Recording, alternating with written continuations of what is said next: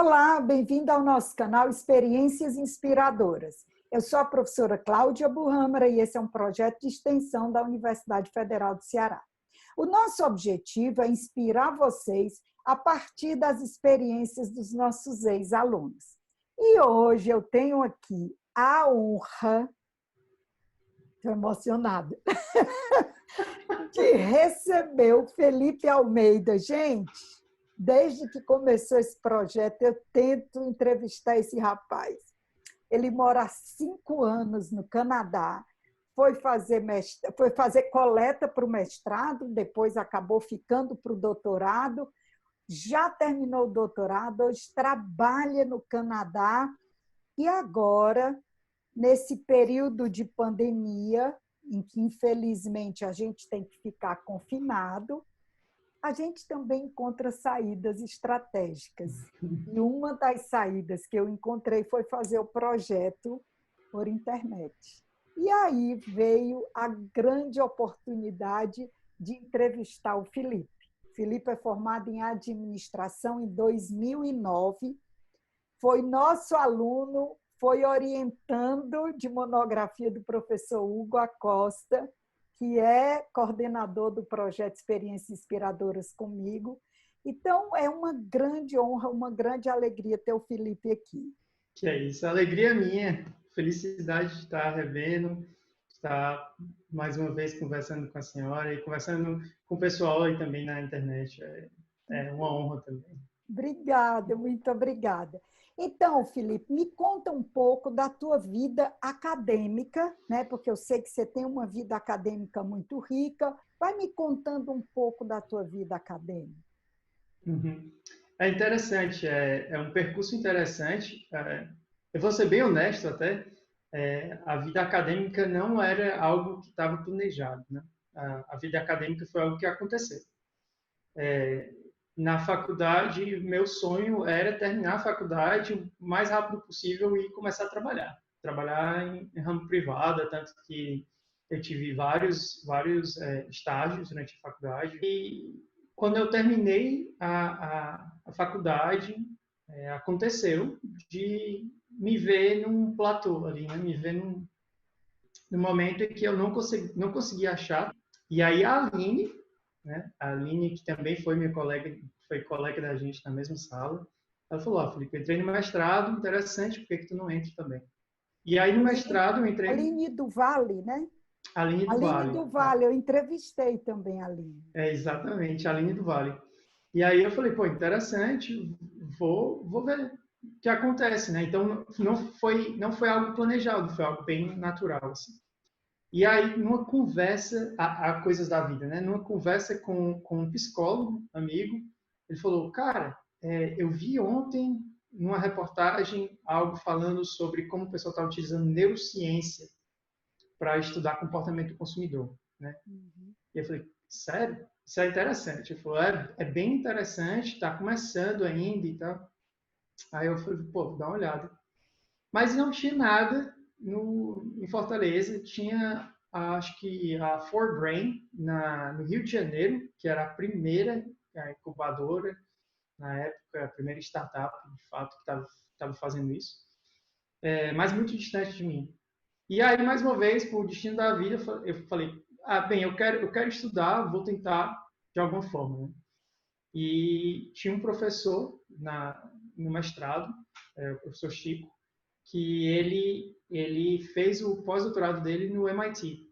E ele falou, cara, não desiste, faz um projeto e manda para universidades e pesquisadores que estão trabalhando com isso. E aí, por sorte, o professor Luciano Barim, que é o professor que foi professor na Unifor e é professor na HEC, agora aqui em Montreal, ele foi dar uma palestra, foi dar um mini curso, um seminário na Unifor, que foi onde eu fiz meu mestrado. E aí o professor Luciano Barim falou, cara, tem um colega de trabalho, o professor Danilo está trabalhando com isso, junto com o professor Silvan Senecal. E aí eu mandei para eles. E aí a HEC falou, a gente tem bolsa e a gente te aceita. Isso na época do mestrado. Então, foi basicamente aí que começou mesmo a minha paixão por pesquisa, de verdade, assim, pesquisa acadêmica, né, pesquisa científica. porque a neurociência é algo bem pesado, né? Então, eu reaprendi muita coisa, eu tive que aprender muita coisa, né, sobre neurociência e tudo. E a partir daí, depois dessa coleta, então eu retornei para Fortaleza em 2012, terminei meu mestrado, apresentei, e aí em 2014 o professor Silvano Senecal e o professor Danilo me mandaram uma mensagem dizendo: a gente tem um laboratório aqui agora, que é o primeiro laboratório que pertence à universidade, é o primeiro laboratório de neurofisiologia, né, que pertence à Universidade de Administração, pelo menos no Canadá e possivelmente nas Américas. Então, no meu doutorado, eu fiz no laboratório de neurofisiologia da Universidade de Montreal, que é chamado Tech3 Lab, e lá a gente tem uma equipe interdisciplinar, então a gente tem psicólogos, neurocientistas, neuropsicólogos, a gente tem pessoal que trabalha com machine learning, a gente tem diferentes ramos da ciência trabalhando em mesmos projetos, né? Então, de fato, interdisciplinar.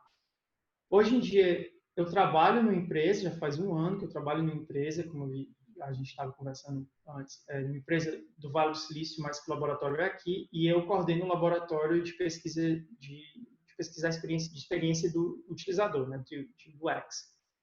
E a gente tem equipamentos biométricos, equipamentos de fisiologia dentro da nossa empresa para fazer esse tipo de pesquisa. Acho que o maior interesse da gente hoje em dia é entender o comportamento, utilizando essas ferramentas neurofisiológicas, é de entender o comportamento durante a experiência contínua. Então, ao invés de parar você no meio da experiência e te perguntar: você pode preencher esse questionário? Ou como é que você se sente agora nesse momento? A gente não precisa parar e a gente pode inferir tais emoções ou tais consequências por meio da avaliação, da análise desses dados neurobiométricos, né, ou neurofisiológicos.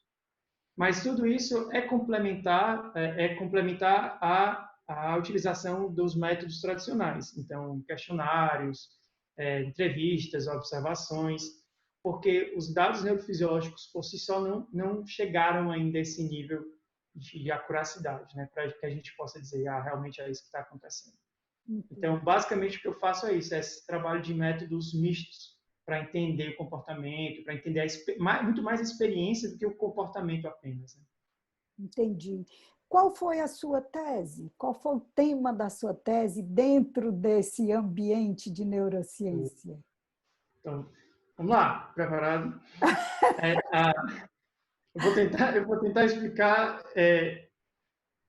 Existe uma teoria, um approach dentro da neurociência que hoje em dia está sendo mais estudado, que se chama interocepção. Então, interocepção é basicamente a capacidade que cada um de nós tem de sentir variações fisiológicas, né, ou sensações corporais. Dentro desse ramo, uma das questões é sentir exatamente a atividade visceral. E aí, seja atividade do estômago, né, ou atividade cardíaca. E aí eu utilizei dessa teoria e de métodos para quantificar essa sensação. Então, existem certas fórmulas que você pode utilizar juntamente com equipamentos biométricos para saber o quão acurada é essa capacidade em cada um dos indivíduos.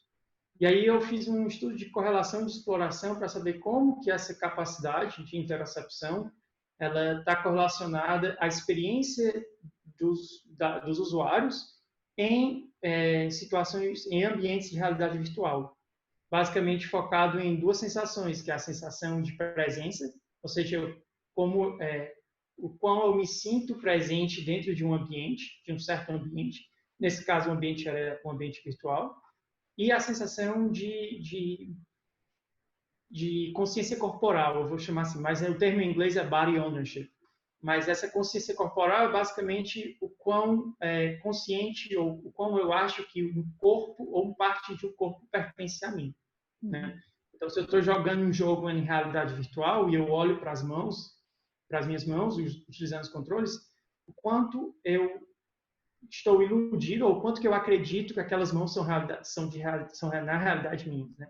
O que é muito interessante porque a gente vê como cognição, emoção e ambiente estão atrelados, né? Estão bem ali interconectados.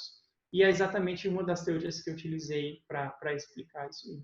Que coisa linda. Agora, trazendo, Felipe, para o momento hoje, vamos sair do laboratório. Os ambientes são diferentes, as culturas são diferentes, mas pela primeira vez o mundo como um todo se vê diante de uma pandemia. E o que se vê hoje é que a grande sobrevivência das empresas está vindo a partir do digital. Nós mesmos estamos aqui, a universidade está reaprendendo, quer dizer, o ensino, não vamos chamar de ensino à distância, mas as aulas remotas viraram o novo normal, as escolas, as entregas em domicílio, e o consumidor descobriu essa conveniência e essa comodidade da entrega em domicílio. E as coisas vão voltar. E a gente está cheio de teoria aí, tentando adivinhar como será o novo normal, como será o comportamento do consumidor.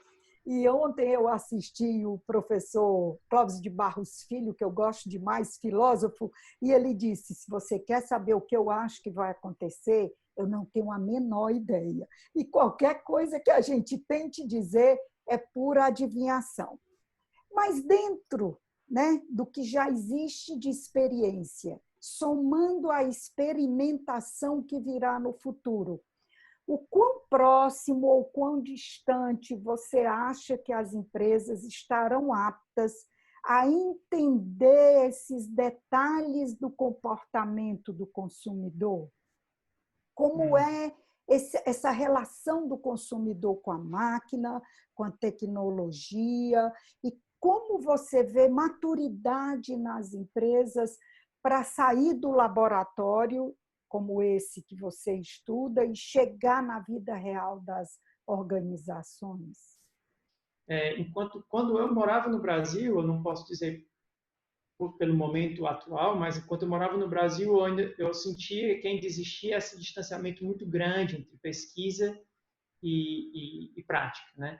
Então, se via uma pessoa com doutorado como alguém morando ali numa torre de marfim, né? Enquanto aqui eles estão fazendo o sentido contrário. Eles estão cada vez mais buscando alunos de doutorado, buscando pós-doutorandos para irem para as empresas para pegar esses trabalhos de pesquisa, porque eles estão vendo cada vez mais importância em entender o comportamento, em aplicar tecnologias neurocientíficas, em aplicar tecnologias biométricas para entender a experiência e para melhorar a experiência dos produtos, dos serviços, todos que eles criam. Até mesmo startups, né? Até mesmo startups estão voltadas nisso. O laboratório é como se fosse um primeiro passo antes de você enviar o produto para o mercado.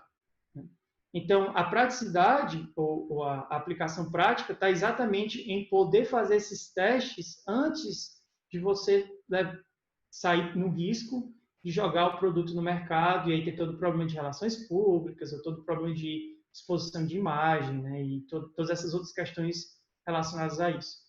Mas no momento que você tem um laboratório, você tem um local que você está hermeticamente fechado, você está protegido, você controla, então, toda a questão do design experimental, e a partir daí você pode tirar conclusões que vão levar os designers a melhorar o produto até que você possa realmente dizer, tá, agora a gente chegou ao máximo, vamos jogar o produto no mercado e vamos ver o que acontece, daí fazer a interação novamente. Né?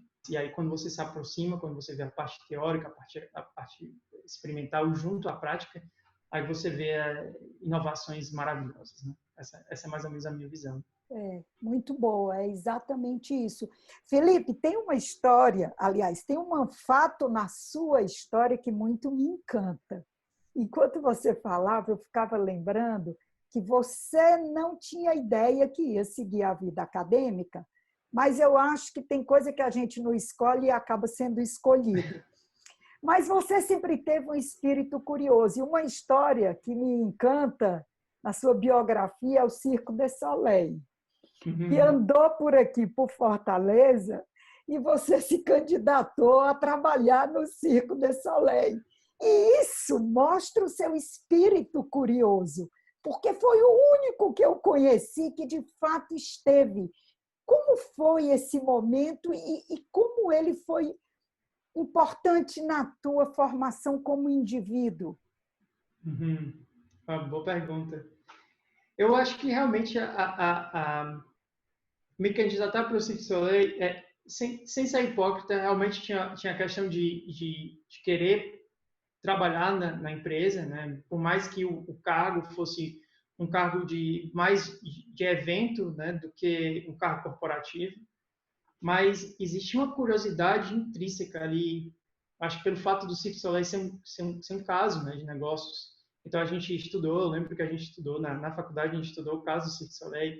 Eu tinha um livro, eu tinha lido o livro antes de ter trabalhado, então eu tinha uma paixão pela empresa, né, por tudo que eles fizeram, toda a questão da experiência do consumo, né, da experiência do consumidor. E quando eles vieram, eu pensei, bom, é a ótima oportunidade para entender um pouco mais sobre essa área que eu sou tão apaixonado, né, dessa questão sensorial, dessa questão experiencial. E aí, no Cirque du Soleil, agora, pensando bem, realmente você pegou um ponto interessante, porque eu acho que no Cirque du Soleil eu acabei me apaixonando um pouco mais pela questão de entender as pessoas. O ramo de eventos é um ramo que ele te força, principalmente se você trabalha no atendimento ao consumidor, você tá lá frente a frente com o público. E nesse momento você é forçado a escutar. Isso é basicamente o trabalho que eu faço como pesquisador, né? Eu ainda mais agora no momento do coronavírus, que eu não tenho um laboratório, eu trabalho muito com pesquisa, entrevistas, assim. Então eu faço entrevistas diariamente com pessoas, com usuários, com experts da área, para entender um pouco mais. E tudo isso desenvolve e necessita essa questão de escutar ativamente, né? E no Cirque du Soleil, eu acho que eu trabalhei essa área e aí outros benefícios como eu pude contactar outras pessoas do ramo corporativo, executivos que viajam consigo, entender um pouco mais como é que eles fazem toda essa questão da experiência e etc. E abriu ainda mais a minha mente para a questão da inovação. Como é possível, até mesmo na área de serviços, inovação de fato, né? Ter o risco, pegar aquele risco e dizer, vou fazer algo que talvez seja único. E eu acho que foi uma experiência realmente muito, muito interessante na minha vida. Eu lembro. Foi interessante na minha também, porque eu ouvia as suas histórias como se eu tivesse vivendo as histórias com você. É muito encantador. Felipe, eu ficaria conversando com você assim horas, mas infelizmente nosso tempo já está acabando. Mas eu vou te fazer 4 perguntas que antigamente, logo no começo do programa, a gente tinha o bate-bola. E aí eu tirei. E aí meus entrevistados começaram a ficar enciumados, porque eles queriam um bate-bola.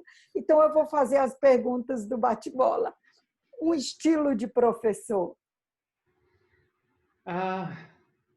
Eu acho que professor que usa de retórica.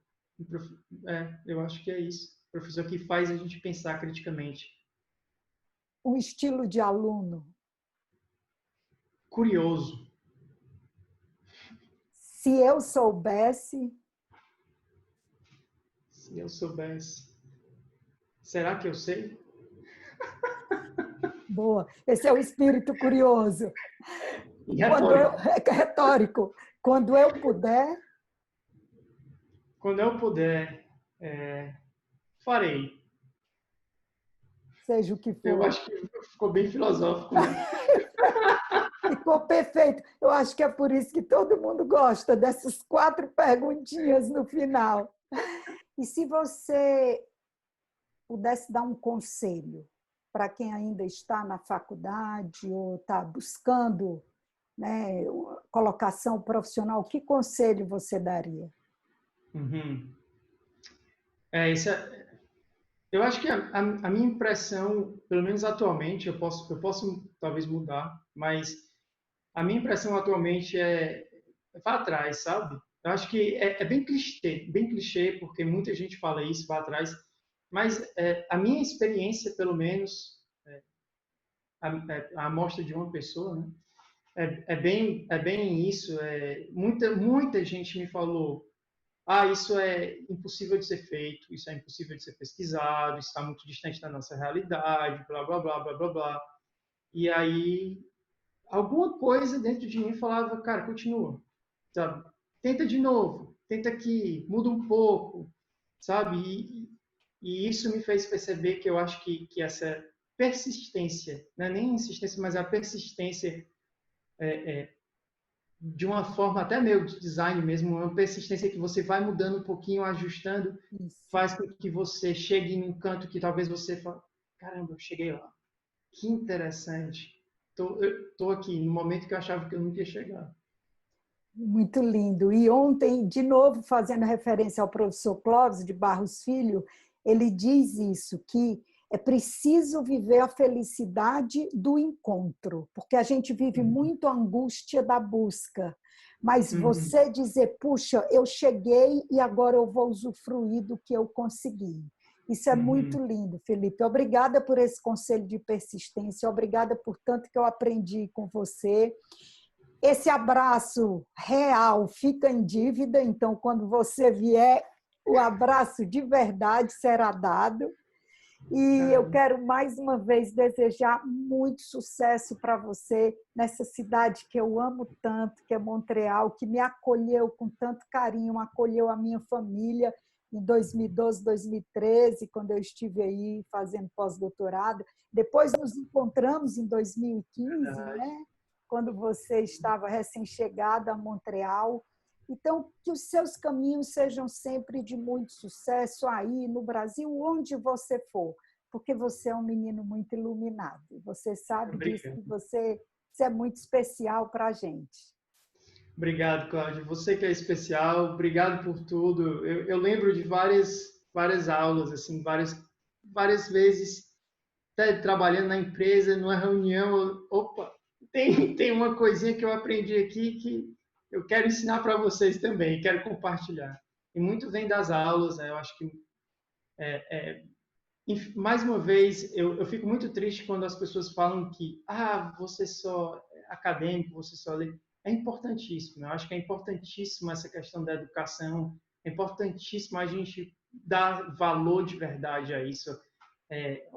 Lógico, a educação com pensamento crítico, o pensamento crítico que vai fazer com que você aprenda a aplicar aquela base teórica, seja o que for que você aprenda. Né? Mas é maravilhoso você ter mestres, você ter professores, mais uma vez clichê como você, que está quase igual a Xuxa, né? Um beijo especial para você. Mas é verdade, e muitas vezes a gente tem professores que a gente tem medo. Eu acho que eu tive também essa questão de escolher professores que as pessoas tinham medo. Hugo, acho que é uma mensagem para você, mas eu adoro você como professor. Cara. E aí a gente descobre que esses professores são os mais maravilhosos. Né? Você fala, caramba, eu precisava realmente de alguém que me esticasse ali. Tira da zona do conforto. Tirar da zona do conforto. É isso mesmo. E a grande alegria do professor é reencontrar os alunos com esse nível de maturidade, essa troca, essa beleza desse encontro. Não há o que pague essa retribuição que a vida nos dá. Mas eu acho que o nosso encontro daqui a pouco vai virar uma choradeira. Então, essa experiências inspiradoras está sendo realmente inspirador. Felipe, muito obrigada. Obrigado, Cláudia. A gente vai se encontrar pessoalmente na próxima oportunidade. Beijo bem grande. Obrigado mais uma vez. Foi um prazer. Prazer. Tchau, tchau. Tchau, tchau.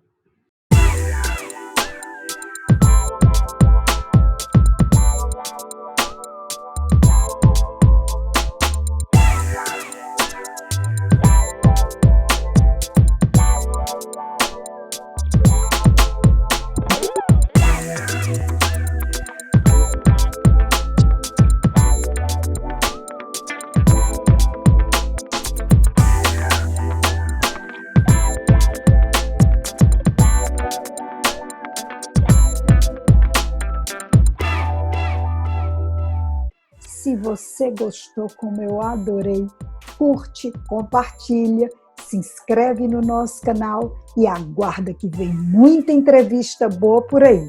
Obrigada e até a próxima!